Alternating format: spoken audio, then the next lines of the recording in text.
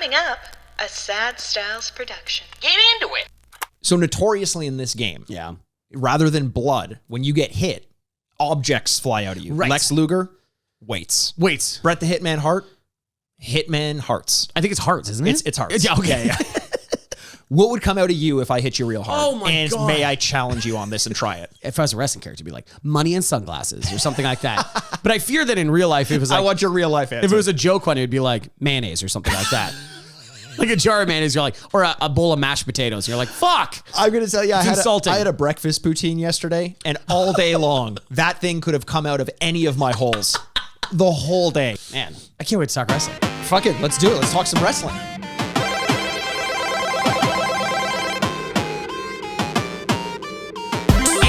Welcome to the Retrograde Podcast where we remind you what you used to love and whether or not you still should. I'm Andrew Bascom, and with me as always is the bad boy of podcasting, Mr. Bebop himself. Sean Michaels Aaronworth. Yes, that is so good. I like that one a lot. Sean Michaels. Shawn Michaels. It's great. Oh my God. My favorite wrestler of all time. Your favorite wrestler of all time? And yours is, I think Bret you Hart. mentioned this, Bret Hart. You mentioned this on the Yeah. podcast before. Now, why are these two little dingbat ding-dong doofuses talking about wrestling right off the bat? It's because, well, I mean, listen, if you're new to this podcast, first of all, thanks for listening. Secondly, typically what we like to do on the podcast is take a look back at the games that we used to play when we were kids. Usually it's something we've had an affinity towards one way or another. We rate and review the game as we remember it out of 4 bits. Then we take a break, play the game, play some of the audio or the video on YouTube, rate and review the game as it holds up in the modern day against the likes of modern games. And today's game is none other than WWF Wrestlemania. So we got wrestling on the brains. And why is that, Andrew? Because WWE 2K22 is coming out. Oh my goodness. Well, wait a second. Yes. Well, what happened to WWE 2K21, Andrew? Funny story. Okay. It was garbage. So no. they came out with 2K20, and people were like, they've been cutting costs for years. It's been getting worse and worse. Yes. A la some other sports iterations that have been coming out yearly, and they've decided to be smart business people and said, no, we're going to take a year off. Yes. We're going to rebuild it from the ground up, and the new version of the game is coming out, and I am so excited to play it. You know what? I as a kid, wrestling was everything to me. It was like I had to at a certain point stop watching it because I was so emotionally invested that I would cry if guys like The Undertaker would lose. Yeah. Thankfully, that didn't happen too often. No, he but was very good. I still didn't like crying, and I would sometimes.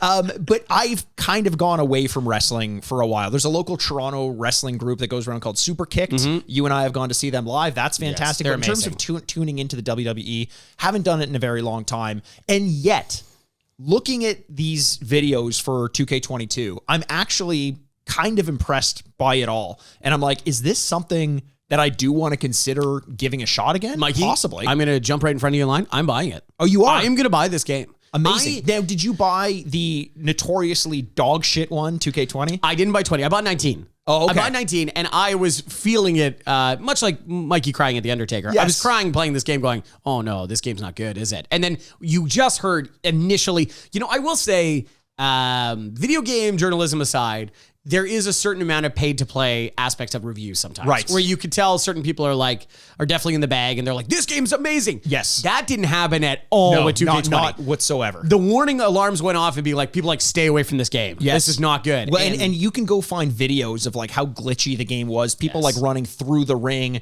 the ropes just going completely mad, people getting stuck all over the place. It looked not just looked, it was unfinished. It was a blatantly unfinished game.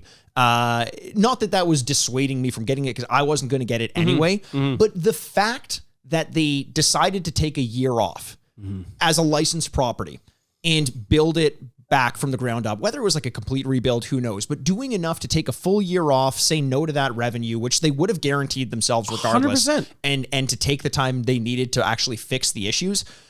That's so commendable. It is. Because Madden's never done that. No. Granted, we haven't ever had a broken Madden game. They're getting really bad, though. They're getting really bad because they're not progressing at all. At all. Now, do they take a year? I don't know. Starting from scratch, that's a whole thing. Like, we need to rebuild how we play these games. And if you just, it's just a yearly iteration thing. By the time that game comes out, it's already half finished for the next year. Well, and so, I do think it's impressive. And I can't wait to to go back and play? Because for a couple of reasons we'll talk about. Well, I'd like to know, you mentioned the game was half finished, but you've, come close to full finishing these games before, at least the storyline. Oh, yeah. Now, what is it about this one that's getting you back into it if you took the last couple of years off? Well, first of all, you saw the trailer and you go, oh, wow. It looks so good. Oh, wow.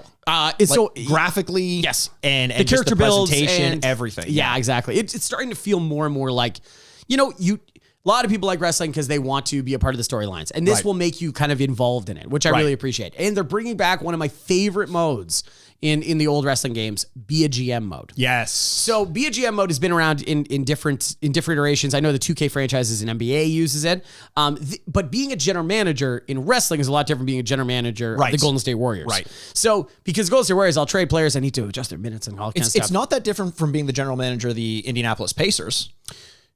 Because they get into fights with the other team. Yes, the Pacers and Pistons. Yeah. Malice at the Palace, baby. I honestly was like, go on. Instead, it kind of pulls back the curtain and goes like, okay, so which wrestler do you want to give a push to? Right. And you could tell them to win the championship, but then you create a storyline with this guy, and you kind of map. Oh, that's amazing. And you map out the shows and over like, oh, you're going to come to SmackDown, but what if he appears at Raw? So are you managing the whole thing or just your roster of fighters? I remember you controlling the whole thing. That's very cool. And so you're playing Vince McMahon. You are playing Vince McMahon. These guys are going to Do you have to eat ketchup only? Yes, and you have to get really mad at people sneezing. Just weird Vince McMahon intros. Oh my God. We call them McMahonisms. McMahonisms. Yeah. Sorry. Yes. And oh my God, his dad was called Big Mac.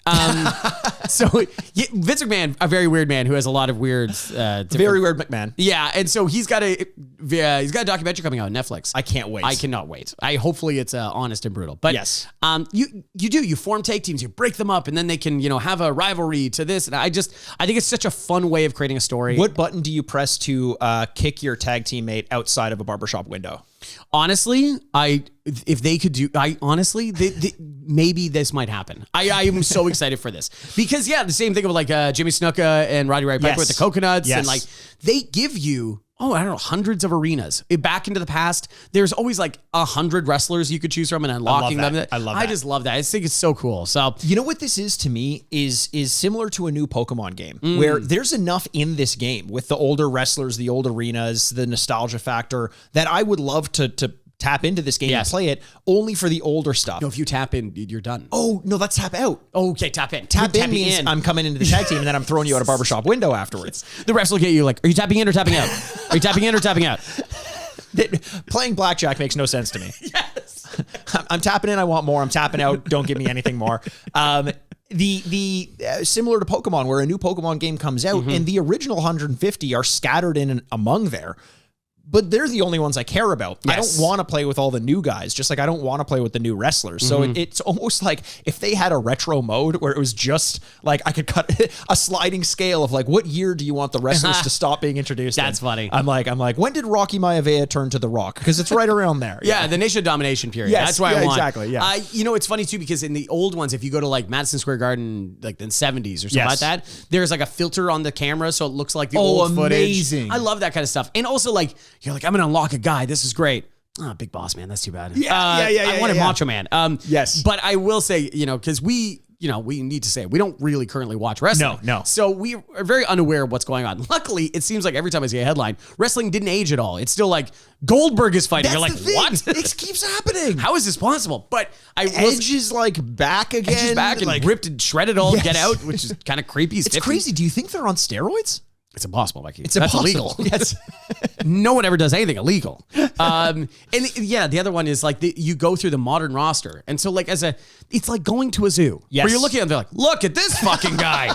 Look at this. Has everyone seen this guy? And he's got some crazy getup. You're like, look at that guy. It's awesome. I love it. It's so much fun. It's amazing. It's just gotten, I love that professional wrestling has gotten so far away from the source material so as to be something entirely different. Like the whole idea of two people like, I'm going to beat you up, like what boxing would be, like that. And now it's just like I'm going to beat you up, but I'm going to drive my Rolls Royce to the car and I've got my tennis racket. Like, it's just like, what the fuck is going on? Well, the idea is like, you still have to justify that they are like a purse fighter. Like they are showing up to win some money and knock somebody out. And it's just gotten so much bigger. Where it's like, I am also a vampire. And you're like, oh, interesting. All right. It's like Kojima got involved and started directing these games. Speaking of Kojima and some game developers and producers that I really like, Miyazaki and FromSoft have another game coming out that we spoke about a little bit in the last episode, Elden Ring. I had a lot to say about Elden Ring and some of my frustrations with it, the difficulty level ramping up and this and that. Have you given any more thought, first of all, Andrew, to potentially getting this game and getting into it? Mikey, it scares me. It's very daunting. Yes. You know what I mean? I just know that if I always thought I would not like it. Yes. I always thought it was not for me, but now Elden Ring, no lie, is the biggest game in the world. Yes. Everyone's talking about it. Go on social media. You'll see it. It's get crazy. on there. You're not spending enough time on social media. You're not. Have you not tried it? You should try it. That's like me saying, like, you should try heroin. Is that it's crazy. It's the most popular game in the world. And so now I'm like, oh, I keep hearing people that have never played it trying Elden Ring going, no, it's really good. Yeah. So maybe I would like it. I got to carve out, I don't know, a tight 50 hours to make sure I like it. More than that, it seems. But you're saying, because like last week to this week, you're like, I'm unsure. And then this week it sounds like I've been bitten by the bug. I think I had to shed my expectations of like an old Souls game because it's like usually when you find yourself up against a boss in an old Dark Souls or Bloodborne or a game like that, you're supposed to be able to beat that boss at that time. Right. In this game, it feels like that is almost the artificial gatekeeping to prevent you from getting to somewhere where you're under-leveled. And you do really need to turn around and explore the world organically. You will level up that way. You will come across items and come across little smaller quest lines. Okay. Not in an objectively addictive way like an Assassin's Creed or even a Horizon where you have these small collectibles and things like that, and weird tasks that are just sort of fetch quests. It all feels a lot more purposeful, everything that's in the game. And I'm really enjoying just turning it on and living in the world for an hour or two in a very similar way to Breath of the Wild, where it's like, what is fun about this game? It's not seeing a check mark go on somewhere. The fun is actually living in the game for me. And I know a lot of people say that about games like Horizon and Assassin's Creed. They do enjoy the mechanics of the game enough. I don't. That's not enough to maintain it for me. So an ability to just really stretch out this world with these mechanics, I'm really appreciating. And I will talk about it a little bit more once I've come closer to the ending, which will probably be 9 months from now. We'll see you in November. Yeah, I'll see you in November. Yeah. I'll provide some updates as we go there. But Andrew, you mentioned something pretty interesting recently, which was a surprise to me because usually it's just all dumb shit you're talking about. How much you love your co-host, and it's like, I don't say that. Not enough. Oh. But you tweeted recently. Episode 200 is over. Shut up. Yeah. Fuck it. We don't care about appreciating each other is fine. That's in the past now. That was a small sliver of our actual feelings. See you in towards 98 one another. episodes, dickhead. No, you had mentioned that you had finished Horizon Zero Dawn in anticipation of Forbidden West and almost immediately turned on Forbidden West after your completion.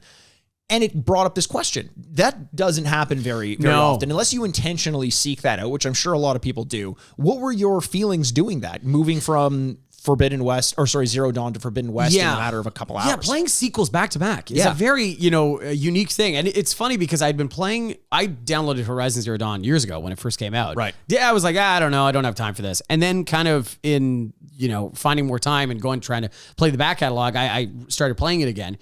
Did you say the back catalog? No, that is for That's for the Patreon. By the way, if you're wondering why we're not talking about Matt Reeves' The Batman, it's because we're saving that for Patreon. Patreon.com/Retrograde Podcast. We're going to go in depth on The Batman because we're trying to stay a little bit more focused on the topic at hand right now, which is wrestling and video games. So sorry to interrupt, but if you're curious why we're not talking about it, that's why. Yeah, use promo code VENGEANCE for a hug from both of us. I didn't intentionally do it, but at the same time, all of a sudden I accelerated my playing of Horizon Zero Dawn, knowing the next one was coming out. Yes. And people had started saying very good things about it, and it looked so good. And so I was like, okay, cool. I had downloaded Horizon Forbidden West, the next game, before I had finished Horizon Zero Dawn. So it's sitting there back to back. I could see them on the PS screen. And I'm like, oh. And so it accelerated my main story quest. Because you wanted to get to Yeah, absolutely. And I will say, because I haven't talked about it since I beat it. Right. It's a really cool ending. That's amazing. It's a really fun final battle where I don't know, it's a years old game, but whatever. A bunch of robots are going to attack a bunch of humans. Let's just go with that. And you have to it's a multi-stage final battle against multi-bosses, and it's really good. And actually you feel like at the end you're like, oh, I did it. Amazing. Which is the point of these things, Amazing, right? yeah. You're supposed to feel like you accomplished. You and I notoriously are not a huge fan of boss battles. No. But I've come around to the idea that there do exist great boss encounters or final encounters. When they're done right, they do give you that sense of satisfaction. You're saying that worked for you in this one? Oh, absolutely. You felt strong. Yeah. Maybe for the first time all game, you're like, I got this. Like, I figured it out. And so I'm just picking the guns off one by one, roll, move over that, bang, bang, bang. It was so much fun. And so now literally finishing the game and getting like a really nice message from like the developers like, thanks for playing. And you're like, great. And then I was like, all right, click over, start the next game. And I was like, well, this is such an odd feeling. You know, I will say the differences between the two games are more stark because you're seeing them. Right. You just saw the other Immediately. one. Immediately. Yeah. The graphic improvements, the interface has changed. Right. Small control differences, but not a huge amount. And I want to make a difference between something like the Mass Effect reboot or the Uncharted remasters, where those games have all been kind of like the worst elements have been kind of risen to match the sequel coming through. You're playing the actual initial release versus the most modern version. Yeah, of that's that a good vision. point. Yeah, that's right. They're supposed to look different. They're supposed to be a genuine improvement from one to the other. And so I will say, like, immediately you start, you know, I don't care, Alloy. I don't care. Stop. Don't correct me. Alloy. Andrew. No, stop. I'm not doing this. Okay. Yeah. Just as long as you know you're Aloy, getting it wrong. Aloy. I don't care. Even in the joke, you're like, fuck it. I honestly, I'm so mad about everybody. I can already hear them in my head. Yeah. Social media, try it. She's older, and the game just looks older. It looks more developed. Like the she's also got a fucking beard. Yeah, what is not that doing this. about? Oh man, she's a fat ass with a beard. What is she? What is she? The biker from Sons of Anarchy? What are we doing here? I'm not even giving credit to a very small population that gets amplified. Yes. She's a human being. Yes. She's beautiful. She's a wonderful human being. She saves humanity. Yes. So she's older. The environment has grown, and I think that's really kind of a fun part too. If she weren't beautiful, would you not like the game? Oh my God, no. You're playing. If Alloy was a chungus, I'd be like, get the hell out of here. No, of course not. That doesn't matter. Do you imagine the people though are sitting at home like, she better be beautiful. I know. Otherwise, this game can fuck itself. I know. But it's cool. It's just I've never seen that with the differences. I usually have loved a game, finished it, waited, and then you go like, and those differences blend in your head. Can I say one thing? Because those are the kinds of people, the ones who are like, if Aloy's not beautiful, I'm not playing the game. No. They're the ones who start a game like Elden Ring and make the green troll figures with like the squished out cheeks and like the fucking stay consistent. Exactly. Yeah. Sorry, I can be whatever they want. They have to be this. Yes. You're like, oh, that's cool. You sound like a normal person. Yeah. But yeah, you usually those differences are blended in your head a little bit because years have passed. Exactly. And so you don't see that. And I think that's, to be honest, why we're so hypercritical of sports games, because they come out 11 months difference. 100%. And so you're like, I just played this game. Yes. So I thought that was really interesting, and I think it's a pretty unique experience. I don't think a lot of people will have that opportunity unless you're going back to play stuff. I can't remember. I don't know if I've ever done that, which is so strange to say, but I don't think I've ever known that a game was coming out, because usually if a sequel's coming out, I've already played the game, or I hear about the announcement and I'm like, okay, I definitely want to beat this one ahead of the release. Right. Maybe I'll do that with God of War. Yeah. Because I was about halfway through it, and I feel like that might make sense to get me a little bit more acclimatized to the characters and things like that. But I don't know that I ever have, honestly. No, I think it's a pretty unique experience. The replies I got at Retrograde Andy, Mikey's at Retrograde Mikey. Oh, yeah. Podcast is at Retrograde Pod. Were a lot of Uncharted's. A lot of Uncharted's. Where people like, you know, I obviously the pandemic's been awful, but if it has given people more time to do stuff, it sounds like playing video games is one of them. Right. And a lot of people have said, like, I played 1, 2, 3, 4, 5. Yes. And you're like, whoa, that's cool. And that must have been cool because the Nathan Drake story does develop his family and all that kind of stuff. So I think that might have been kind of rewarding. So that was interesting. That's amazing. The only other thing I want to mention about other games before we get into this week's game is you may remember at the end of last year, I had rated Death's Door as one of my favorite experiences from that calendar year. And I do remember that, Mikey. The listener probably doesn't, because they forget everything I say. Oh, okay. I went back to that game because I finally got my Xbox Series X, and I told myself I was going to put the last half or like 3/4 or last quarter of it on hold because I was having some frame rate issues on the original Xbox and some input delay. So I got back to it. First of all, finding my bearings in that game was fucking impossible because so much time had gone past, but I stuck with it. And holy hell, That game's even better than I thought it was initially. That is one of the most pure, tight gaming experiences I think I've ever had. And I'm not saying top 5 games of all time. Yeah. But once you start to say like top 10, top 15, top 20, I start to pay attention. And I want to give a little bit of a shout out to the soundtrack of this game because I've been listening to it kind of nonstop. It's available on YouTube, and it's written by a guy named David Fenn, who did the soundtrack to games like Moonlighter, which is also notoriously good. Yeah. Notoriously pretty good. The score, he also did a lot of music with B.I.G. Yeah. Whoops. Infamously. Yeah. It's phenomenal. And some of the little bits of music you get in there, it's great writing music. If I'm just taking my dog for a walk, I throw that on in the background. Do you really do that? Do you listen 100%. To soundtracks? Always. Wow, that's interesting. Because I find like I like, those lo-fi remixes on YouTube Music and or just YouTube in general when I'm writing or answering emails, or it really does like invigorate me in a weird way. And this is a great one for it. If you haven't given Death's Door a shot, it's on Game Pass right now. No excuses at this point. It is a phenomenal game and kind of an introduction to the type of challenge and mechanics that you'll experience in a game like Elden Ring, where it's just like, here's your set piece that you're trying to work your way through. If you die, you got to go back again. It's less punishing because you don't lose your experience points in Death's Door. Death is just kind of death. So it's a little bit more handholdy, but learning to accept death as a learning experience is very prevalent in this one. And the story is fucking amazing. That's cool. Just like, anyone out there who hasn't given it a shot yet, you as well, Andrew, seriously, I think you really like it. I honestly should. A tight 12-hour experience is that's a little cool. bit more manageable than... it's not as daunting. As an 80-hour one. Yeah. But you know what's gotten close to 80 hours these days is a fucking WrestleMania broadcast. Well, it's 2 nights now. It's crazy. Which, by the way, good. 2 nights at 4 hours? Yes. Very achievable. Yes. 1 night at 6 hours? No, thank you. That's too much. No, I don't like that. It's too much. Imagine being in the audience for that. No, you'd be dead. You would probably die. Yes, you would. People would start foraging for food. Their light beer their runs own dry. Religions and societies.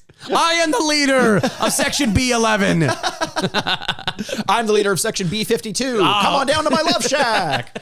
They have rock lobsters over there. I was going to say Rocky Maivia lobsters. Oh, very good. Yeah. That was much better. WWF Wrestlemania as a game is so unique in the wrestling landscape. Now, not unique necessarily for video games. Yeah. Midway was pretty blatant in the fact that they essentially just saw Mortal Kombat and NBA Jam and was like, there's got to be somewhere to meet in the middle there, which sounds silly, but also great idea for a game. No, it makes total sense. Especially in the realm of wrestling, which is absurd. You don't want the blood and the guts, but there is an element of winking to the camera in Mortal Kombat, especially in later generations, that I think wrestling definitely has. Yeah. And therefore imbuing that kind of style in a wrestling game is a great idea. Totally. And like, not to skip ahead, but it's funny because it coming out when it did. Yes. 1995. 1995. This is still a window in which people are like, wrestling is good. Yes. And real. And if people are like now going like, what the fuck is this bullshit? Yeah. Like, it's over the top, like NBA Jam, like, Mortal Kombat. You're not giving the people what they want. They want a realistic wrestling game where now no one is kidding themselves that it's fake. And so you're like, oh, I'm okay with it being a little silly. I like that wrestling just shifted the narrative on what real and fake means. Because you always have the story of a wrestler being asked, like, hey, how do you like live? It's fake, right? And then they're like, the pain isn't fake. The fighting scripted. isn't fake. It's exactly. predetermined. Everything is real in the sense that we are actually putting our bodies on the line and getting hurt.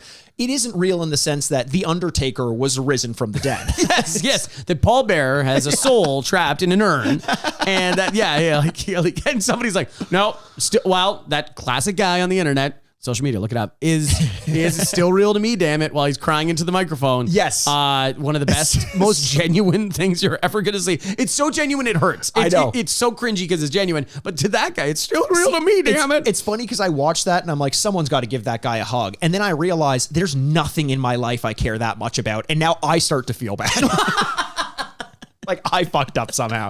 So WrestleMania is obviously a midway game. So obviously in good company, a good company with the likes of an NBA Jam and a Mortal Kombat and this and that. It was originally out in the arcades, which I think a lot of people is how they played it. We're going to actually, believe it or not, be playing it on the PlayStation 1. Ooh. Not because that's what I played it on as a kid, but because I think I played it on the Genesis as a kid. I think so, yeah. But because the PlayStation 1 has some updated graphics, some updated capabilities, why not play the best version of it available? We're giving it the best chance we can. The best chance we can, exactly. Kind of like what we did with Space Jam, and look how that turned out. And it turned out, everyone remembers Space Jam 2, right? That came out in less than a calendar year.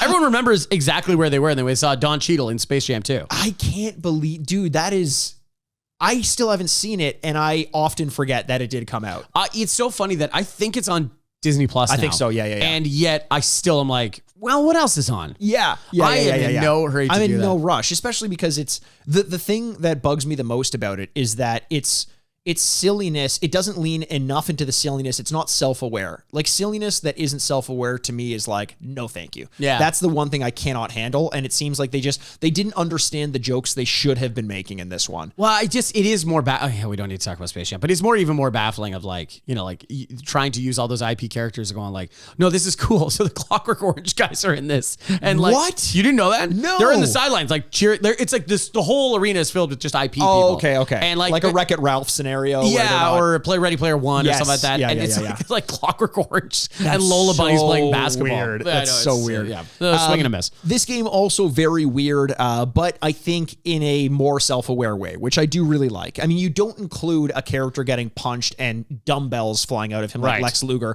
without having this sense of winking towards the camera, which I think is very important in a game like this with a tone like this. 8 wrestlers overall. Okay.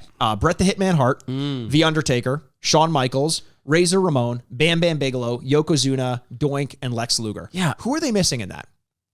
Well, a bunch of people probably. But this was the early 90s in wrestling, right? That's what I mean. Yeah, 95, so they would have been developing probably 94 or something like that. So 93. WCW is risen, and they've started signing all the Just older... like The Undertaker himself. Just like The Undertaker himself. They're like, do you want to come too? He's like, no, I'm good.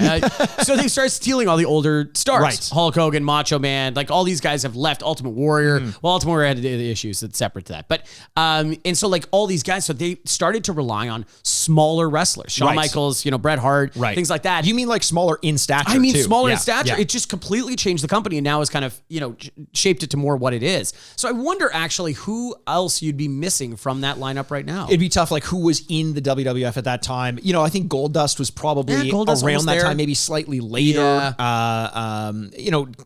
Diesel, but Diesel went to WCW. Well, no, Diesel this would have been a Diesel time, but I think Diesel was still Shawn Michaels' bodyguard at this point. Yeah. And then he had his own run because you're right, because Razor Ramon and Diesel were around the same time, and Razor Ramon's in this game. So Razor Ramon, one of the best characters. Honestly, Razor Ramon. Well, it's funny because I chose Razor Ramon as back like beginning of this podcast. We did a wrestling draft, our top 6 or whatever, and I chose Razor Ramon, and everyone was like, "You can't choose that." And I get it, like if it's the 6 of all time, but to me, he was the best villain. He was the best heel. I'm also going to admit something here. If I follow certain like vintage wrestling things on like social media, check it out. And every time Razor Ramon comes up, I'm like, is that the most handsome man that's ever existed? Dude.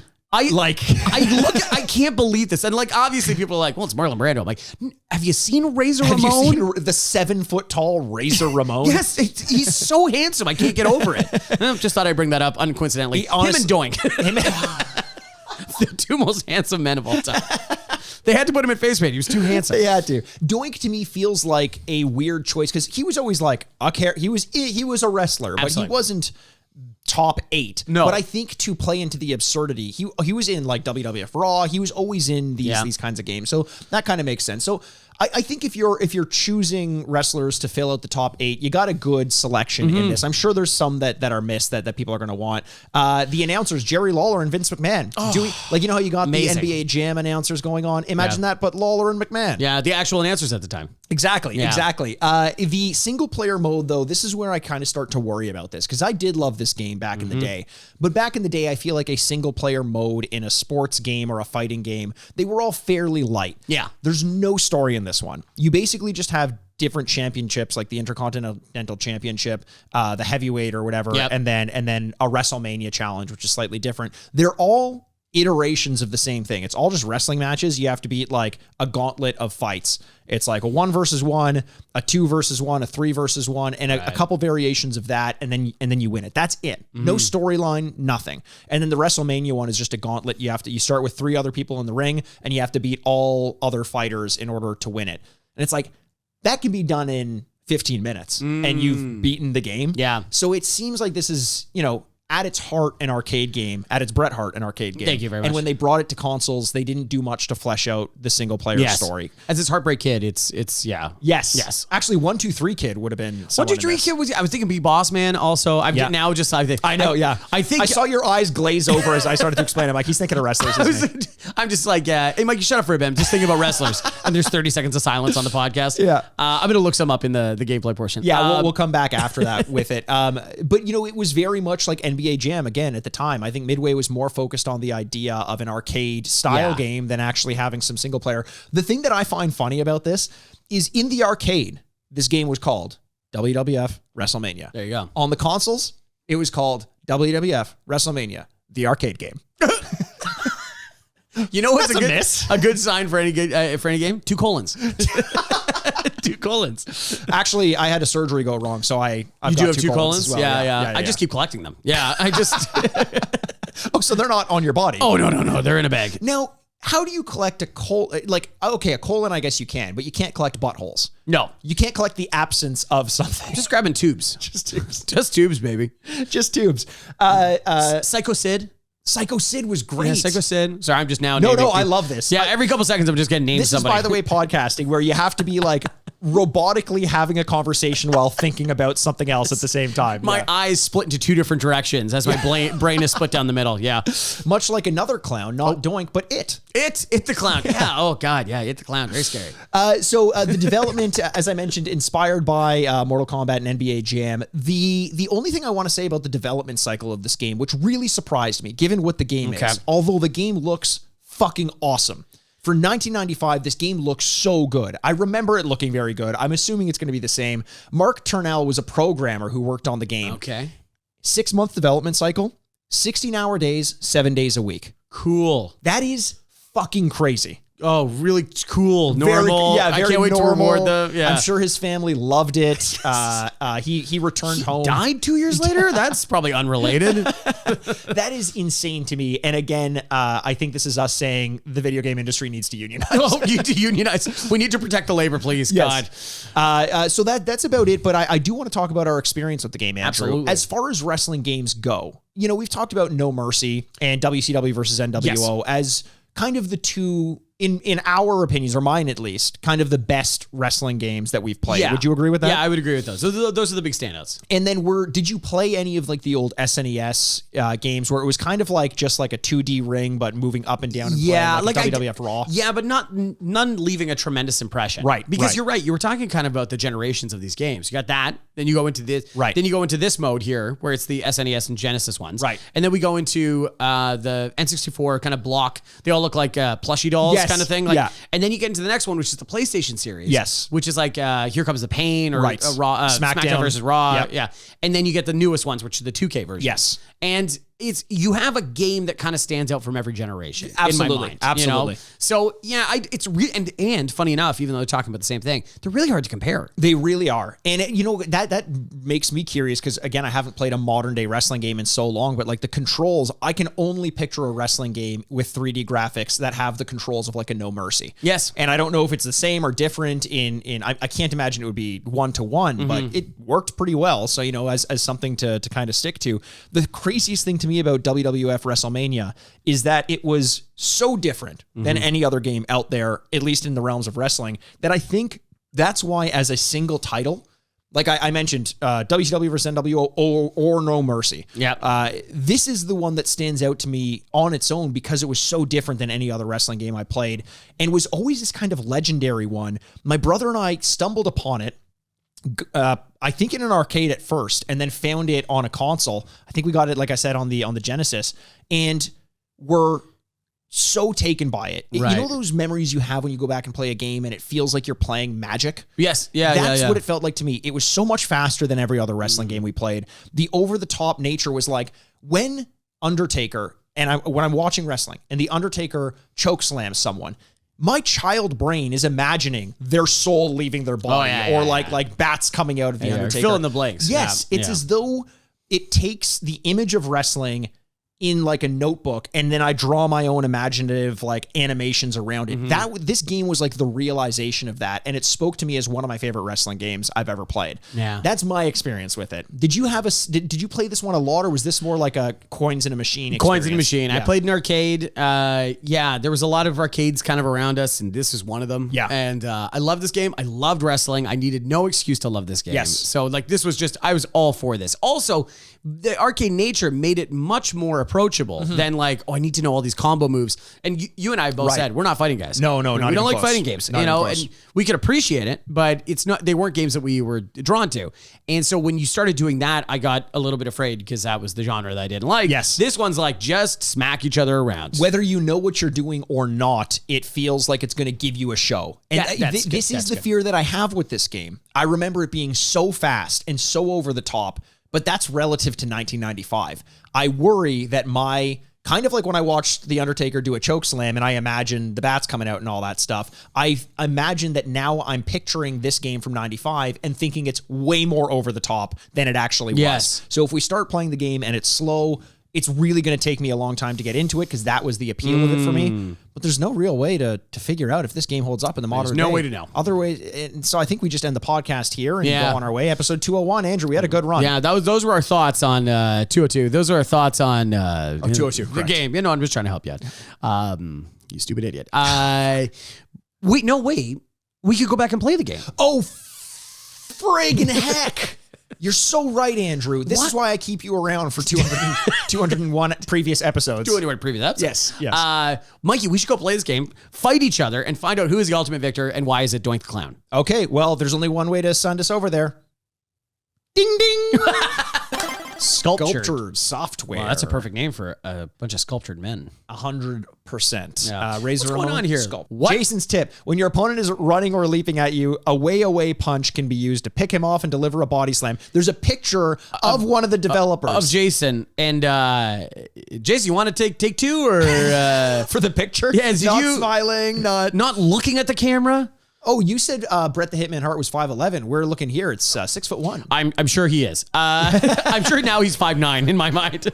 Okay, so clearly, even in the pick character screen, this is Mortal Kombat. This is absolutely Mortal Kombat. This is Mortal Kombat. The only difference, look at Yokozuna's face. Jesus. So we're looking, we see the 8 characters, Undertaker. So you're gonna be Lex Luger. I'm gonna be Lex Luger. I'm gonna warm up to get to Bret Hart. Okay, then I'm gonna try to beat you with your favorite person. Whoa. He's not my favorite person. Oh my God. We can do some head-to-head or cooperative. We're gonna do head-to-head. We're gonna head-to-head because we're gonna learn together. We're gonna Coco Bonk each other. Yes. I will say, I don't know if these logos were ever used again for them, but they're great. Oh, the like kind of the intro logos. Yeah, the title logos. Oh my God, the sweat coming off of them. So sweat is in place of blood. Blood. Okay, big kicks. So they got them to...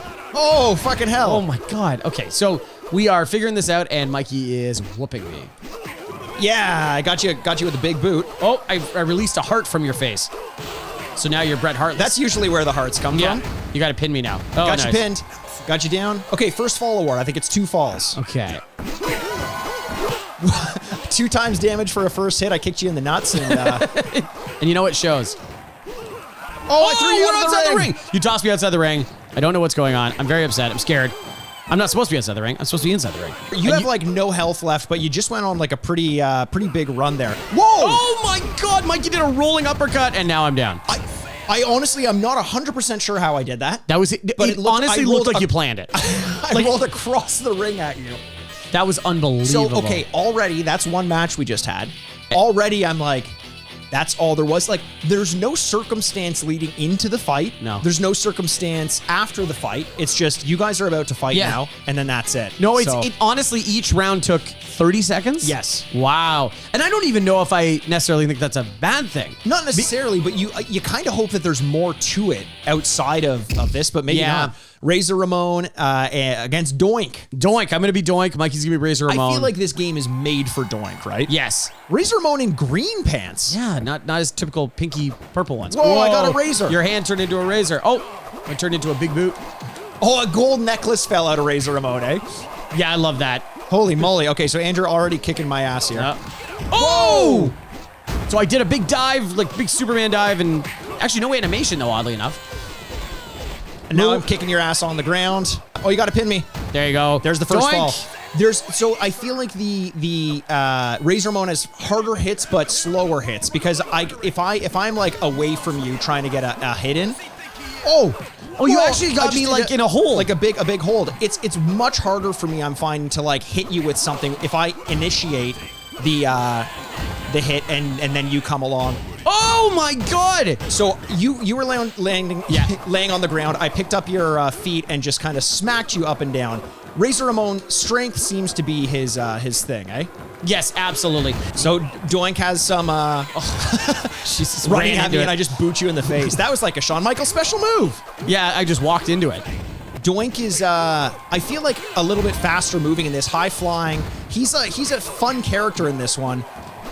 But nicely done. Mikey got me. I was going for the final blow. He instead final blowed me. Final blowed you. You know what? Kind of cool when you pin and you get the win, your character does like an animation. And the fact that it's all real animations. Yes. It means that the actual wrestlers were involved in doing this, like getting the motion capture, not the motion capture, but like the live action capture. Yeah, like it's like photography reels. Yeah, you know like what I mean? FMV almost. Yeah, so like I found it very interesting. They would have to have them with their leg out. They would have to have like the punch finish. I thought that was really cool. And to get them involved, you kind of think you're like, oh, these guys are too big for a game like this. But maybe they found it cool. Maybe they see something like Mortal Kombat and they're like, man, I get to do that. That's pretty fucking cool. Okay, so Bam Bam's outfit, fire, is live. Actually on fire. Wow, that's cool. very cool.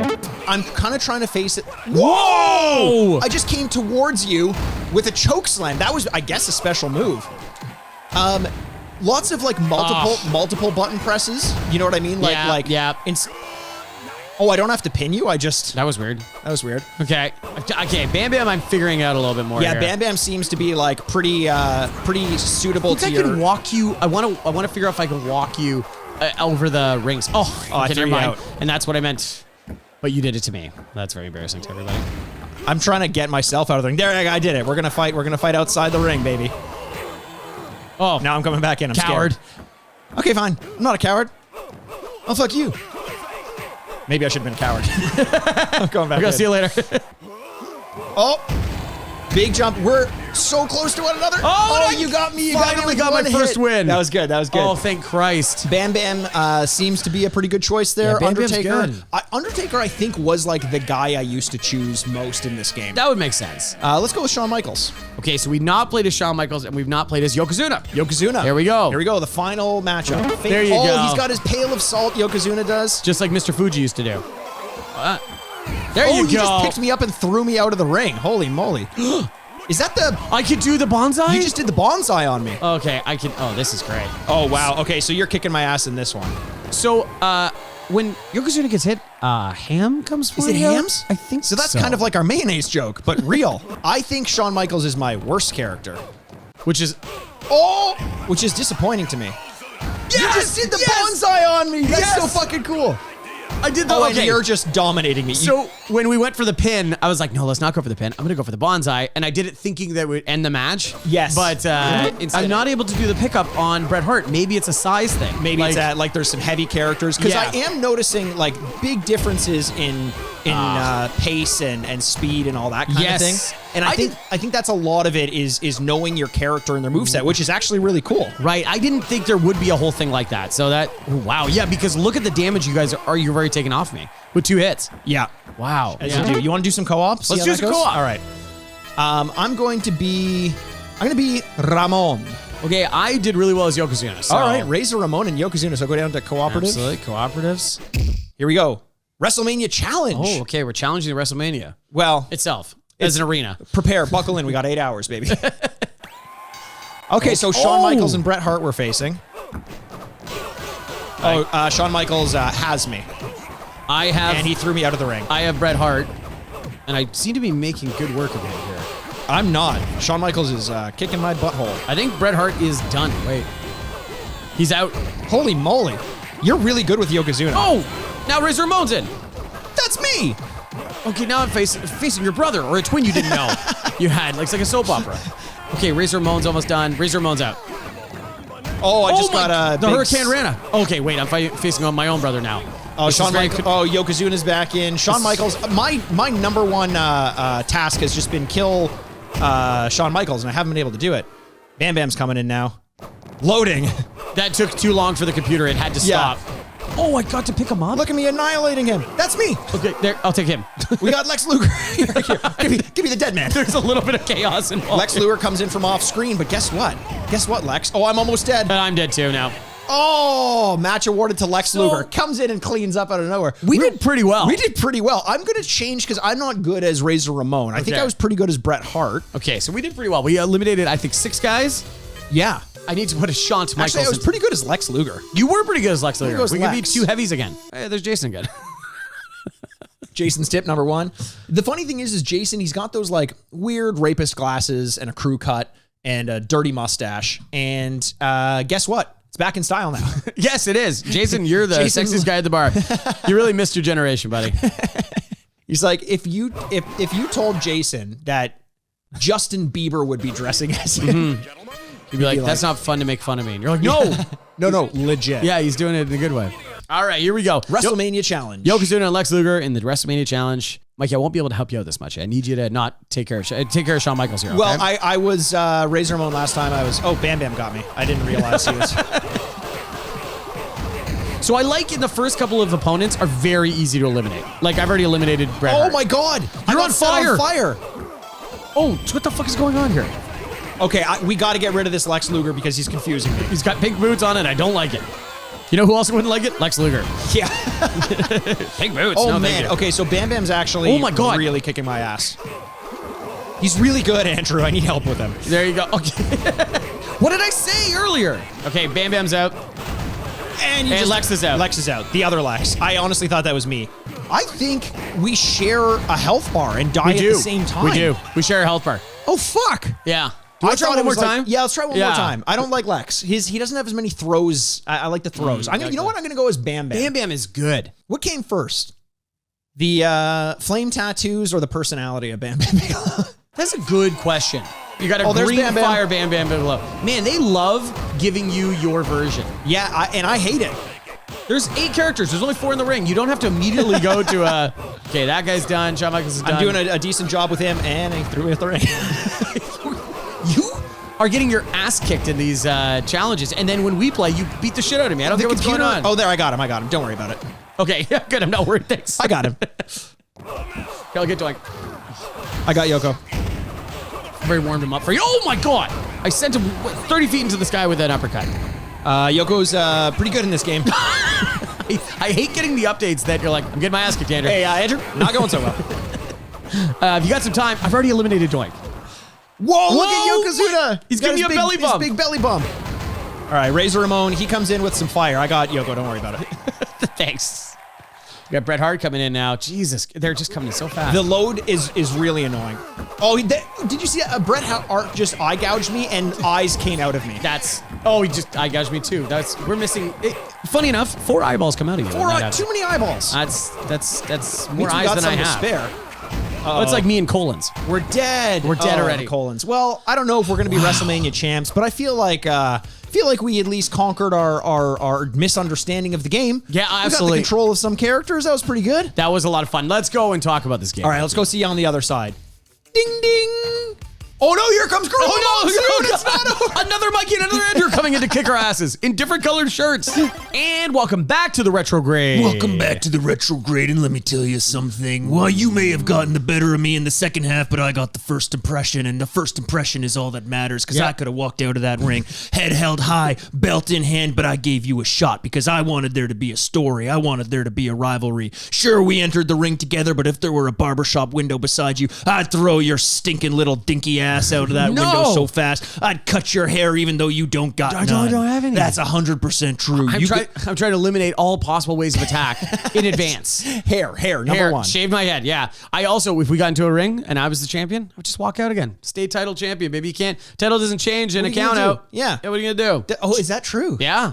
Oh, do it every time. Oh, I would do that every time. Are you kidding 100%. Me? I'm a real piece of shit. I'm a real piece of shit. That would be like the ultimate heel move of like, no. Doesn't matter. I'm sure it's happened before where they I think I remember seeing that where it's like, I remember once on Monday Night Raw, the first fight of the match, the title changed hands, which is like not going to happen. And then they went back and they said, no, it was a quick count. It was like one of those typical Gorilla Monsoon comes out and it's like, well, it was a quick count. You can't change hands. And it was a disqualification. Yeah. Ooh, do you remember our discussion about Gorilla Monsoons? Oh, and how they're more dangerous than Sharknadoes? Sharknadoes? Yes. Which they absolutely A downpour of gorillas is Yeah. much more scary than a tornado full of sharks. So you've come around on this. Because I you don't originally know. thought Sharknado was. I don't know. If I avoid the place where the rain is, great. The tornado travels. That is the fear. Yes. And it's unpredictable in its path. But a monsoon takes up way more space than a tornado does. Does it? I think so. I always thought it was about the density of the gorillas falling to the earth and not the area in which it covers. The density as in the gorillas themselves are dense, thick bones? No. The amount of gorillas coming down. Yeah. Right. Well, and the I'm velocity. thinking- I think there's only one way to justify this, and it's one gorilla per raindrop in a monsoon. Oh my God, that's a lot of gorillas. That's a lot of gorillas. It's a lot of gorillas. Just full buildings getting crushed under the weight of thousands of gorillas. The world would Hundreds look of like thousands of the gorillas. the world would look like the end screen of Tetris, just full of gorillas everywhere. Or if you go back and listen to our Roller Coaster Tycoon, the amount of clowns. It's a doink monsoon. So we just played WWF Wrestlemania, Yes. the arcade game. Mikey, initial thoughts. What do you think? What are you thinking about this game? I was really nervous going into it because so many of these games from this era that I loved for the speed. Let's look at Sonic for one example. The speed and maneuverability, and I worried that this wouldn't have it. It was not as fast as I remember and did not control quite as well, especially not having a joystick, which I think really helps in these situations because we're playing on the original PlayStation. But it was still wacky and over the top. Yes. And when you did stumble upon a combo or like a special move or something, it felt really good. The craziest thing about it is some of the special moves were intuitive. Yes. That's to say, you knew how to do the bonsai as Yokozuna just based on context clues as opposed to like learning a button press. That's really impressive for a game from 95. Oh, for sure. Like, the fact that some special moves are just built in and organic in the game, I think is a really cool thing. Instead of agree. like, it's finish your move time and the screen flashes and something happens. Like, the game's already silly enough and it's kind of fun that it happens during a match, like a wrestling match would happen. You know I what do mean? think, though, wouldn't it be cool if when someone were on the ground and it says pin him, you do a fatality and that is their special move? Yeah, like Bret Hart does the sharpshooter. Yes, exactly. Switch into music. Exactly. Yeah. Yeah. I think that would have been really interesting. But you know what? It was arcadey, but I don't think I ever was like, oh, come on. No. Like, which is odd. It felt like just flair added to what a wrestling match would be. There's an uppercut and they fly in the air. Sure. That's going to happen sometimes. Yes, absolutely. You're just going to fly 20 feet into the air. Yeah, after you defeat Razor Ramon, he has to go on his hands and knees and search for all the gold chains that he lost during the match. Exactly. That's going to happen. Exactly. Lex Luger, when you punch him and a weight comes out of his chest and it lands on his foot, ouchies, ouchies, ouchies. Yeah. That's going to hurt. When Bret Hart is defeated and he's dead because he lost all his hearts. That's a big issue. I like the idea that you punch him once and his heart comes out of his mouth. And you're Holy like, shit. He goes completely gray like Vision and just passes away. And you're like, oh no, I killed him. I just punched him once. Shawn Michaels rips a patch off of his pants and puts it into his... See, that's Care Bear stuff. I you like go. that. That's Yeah. good. They're caring about each other. Exactly. I actually thought the gameplay was good. And you know what's so funny? We're going to talk about the length of the matches. Yes. Because you kind of made a comment and I was like, oh, I got to save that for later. They're short. Those Yes. matches are very short. Yes. And I'm not sure that's the worst thing. I agree with you, actually. You know what I mean? Because we've played a bunch of fighting games where it just takes too long. The Simpsons wrestling game is Simpsons what I was Wrestling thinking was about. fucking 15 minutes per fight. And they're very similar to this. Yes. Over the top, just smacking each other around. And if I had to hit the guy 1,000 times to go down, you'd be like, oh, this sucks. 100%. But the fact they last 30 seconds, you're like, oh, good. It still makes you do that thing where it finishes and you go, oh, let's do another one. Let's do another one. It's like it's like when you get a TV show that's 22 minutes and it's like, of course I'm going to watch another one. Everyone can fit 22 minutes in. Yes. Yeah. It's the same thing. You're like, it keeps you going. And so I think in that way, it stretches out the duration of my attention to this game. That's very true because it's very similar to The Undertaker getting hit really hard. It's bare bones. Because bones fall good. Yes. There's just not much structure here to keep you interested. We almost, on our first try, as complete novices in this game, beat the WrestleMania version. What more would we have done had we done that? If we had beaten that on the first try, though, that would have been super disappointing. But also, maybe my crowning achievement to my entire life. Oh, 100%. You only get one shot at your first try, and we nailed it. Yeah, we did really well. How many people do you have to defeat? I think it's all 8.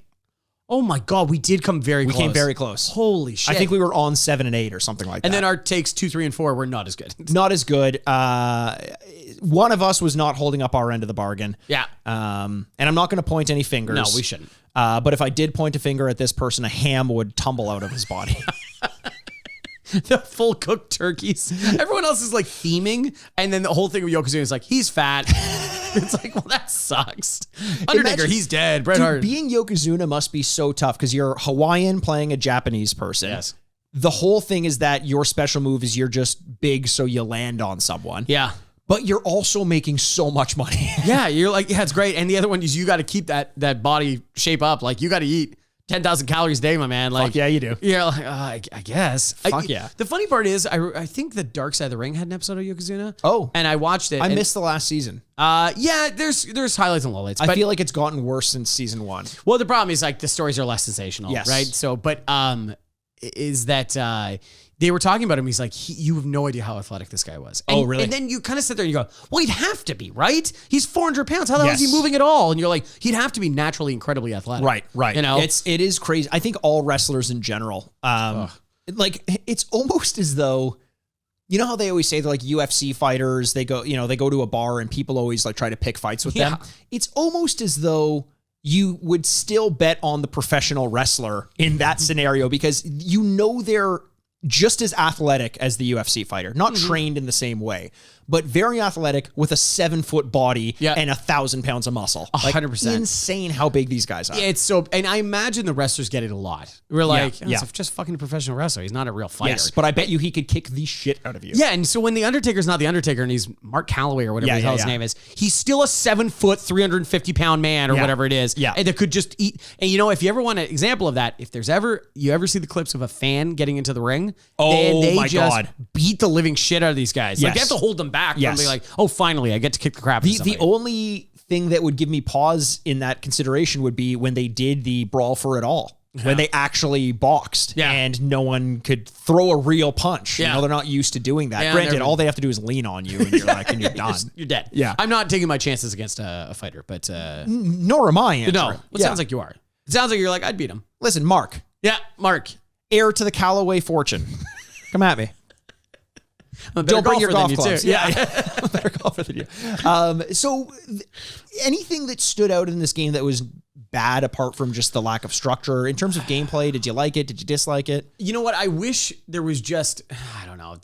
I can't get mad at the game for being the version it is, but I wish there was a slight bit more breathing room so we could do stuff like the top rope or, like when you're on the ground, just stay down for 2 more seconds so I could figure something out or figure out the special moves. But that's also the appeal that it moves pretty quick and it's kind of, all over the place. So I don't know if that's a real negative. It's just more I wish we could have explored that. I think one of the things that was a little bit frustrating about this is that it would punish high risk, high flying maneuvers a little bit more. If I get the input in and I'm running at you, it should give preference to my attack over your little jab. It felt very dissatisfying to pull something like that off and then Doink just kind of gives me like a little bop in the nose and I'm like my drop kick fails. Yeah, you're in the air Yes. with momentum and I could just, pop you. Yeah, that. Yeah, that's kind of insane. But I did like the outside the ring stuff. I didn't think we would actually be able to get outside the ring, which we did, which was cool. That was fun. And I remember, I think most of my memories of outside of the ring brawls come from other games. It's surprising that this doesn't have as much to do out there. You would think it would get really silly with what can go on outside of the ring. Fans coming in, grabbing some of the wrestlers, reaching for more items, that kind of thing. And the fact that it doesn't have that is a little bit disappointing because I think they really could have leaned into it.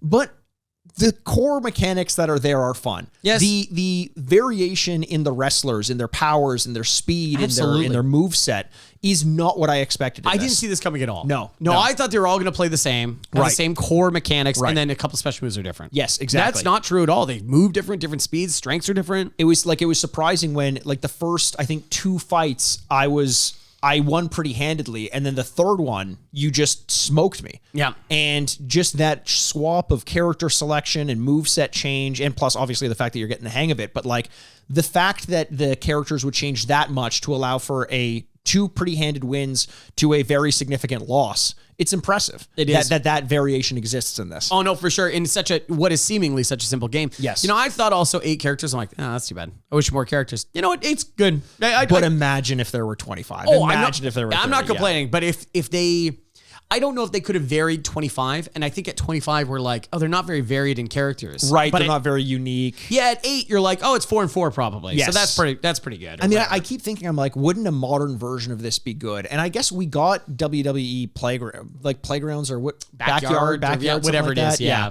And you and I played it briefly, and it was okay. It was okay. But it just wasn't.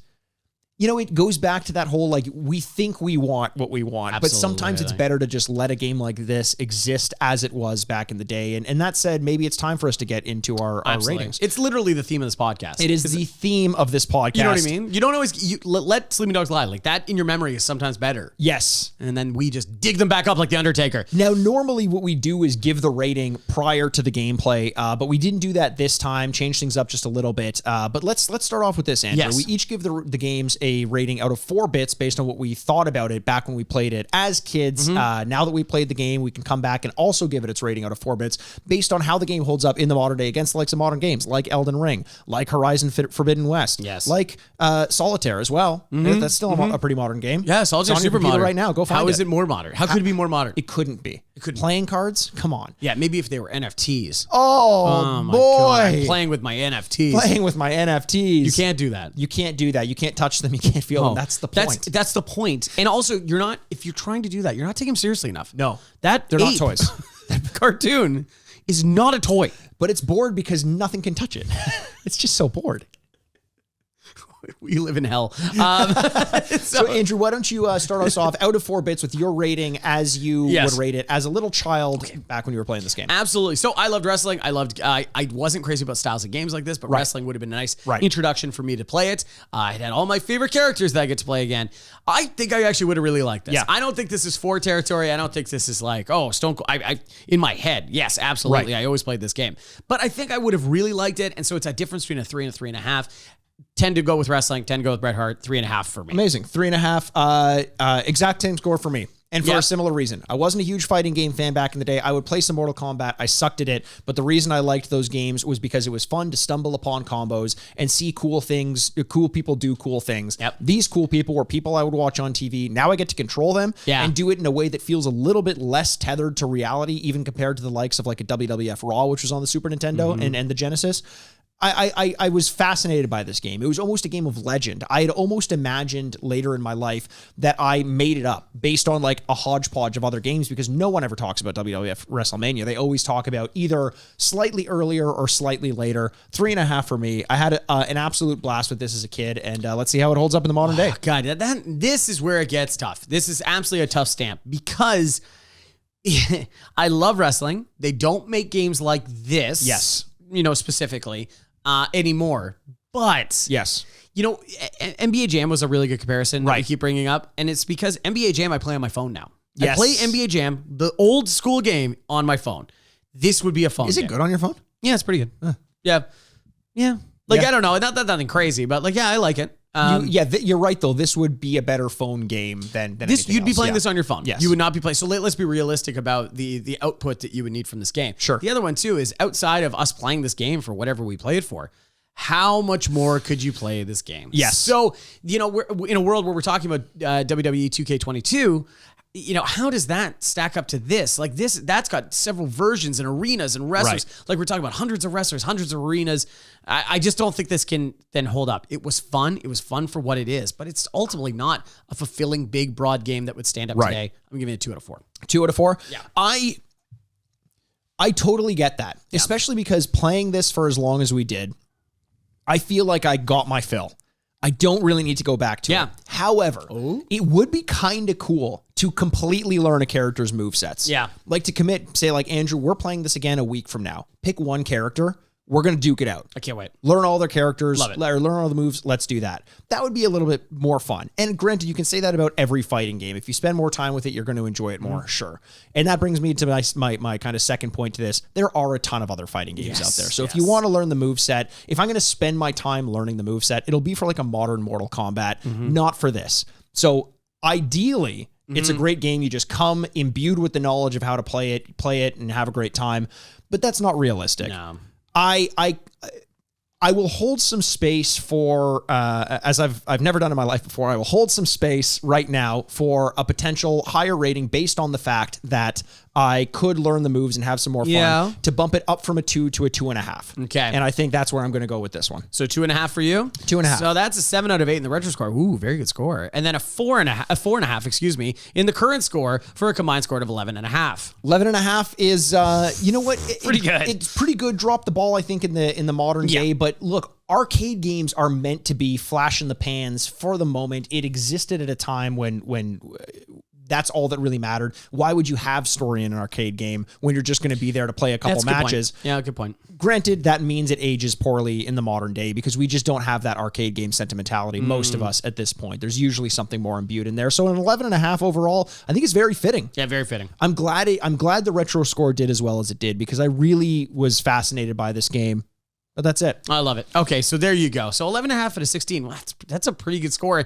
And honestly, that game, I don't know, going into it, do you think did it surpass your expectations? I think it was one of those, if you're playing in the Masters as I've done before, and you come in with a 2-stroke lead, all you're thinking is just don't let me fuck this up. Let me play a consistent game, consistent round, and don't screw up, and I'll be happy with that. Yeah. I'll know that I did my part.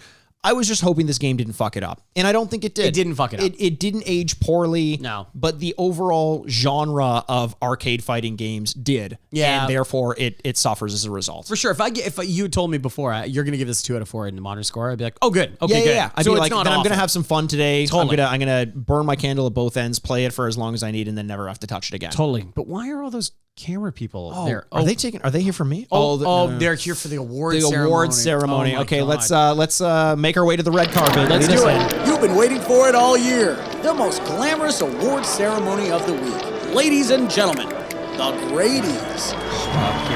Here we are. Yeah, incredible. Dressed up as we are wont to do for the day of the red carpet. You got a toque on. I've got a shitty unironed red shirt. Yeah. And we are ready for an award ceremony, the likes of which we haven't seen before. But what I love about a red carpet ceremony, especially for wrestlers, is they show up in character. They do show up in character. Bret Hart's in the leather jacket and the singlet. Yes. Undertaker's got his big hat on. Yes. Oh my goodness. What's the similarities between a group of girls going to brunch and the Undertaker? Big hats. Big hats. They big love hats. Big hats. They love those big hats. And lots of different phases depending on where they're at in their lives. Both wearing makeup. Both wear a lot of makeup. Yes. They both have fat creeps chasing them around, saying that they want their soul in an urn. Yes, exactly. If things get tough, they'll choke somebody. Oh, wow. So many similarities. Oh, so many similarities. Elliot. They're 7 feet tall and they can lift me above my head. The difference between girls going to brunch and the Undertaker is I want to be dominated by both of them. Oh, God, Elliot, I know. Sorry, I made you wait. Sorry. Let's Elliot dressing up, obviously, in his big hat and a nice one of those little singlets. What do they call the underwear? He's got underwear on. Yeah, he's got underwear on. And like really Speedo. kinky boots, as Chiwetel Ejiofor would say. Why don't you reach into those kinky boots, grab us an envelope, and let us know what awards this game won. The Field of Childhood Dreams. If you play it, they will review it fondly. Wow. Beautiful. Now we have to whisper. Okay, that's it from now. We reviewed it fondly. I'm only going to eat corn the rest of the day. What? It's cornfields. Oh. You've never seen Field of Dreams?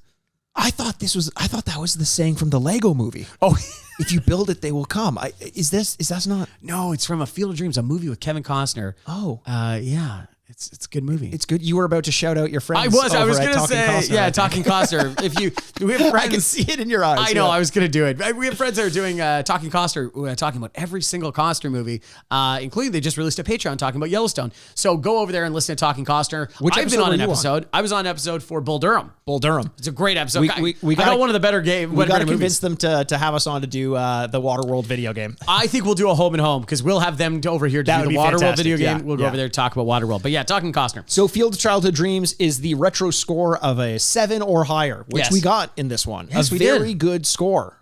It was a very good one, objectively speaking. I'm not complaining. What's Yes. the difference between a 7.5 in the retro score and a bunch of girls at brunch? I want to be dominated by them both.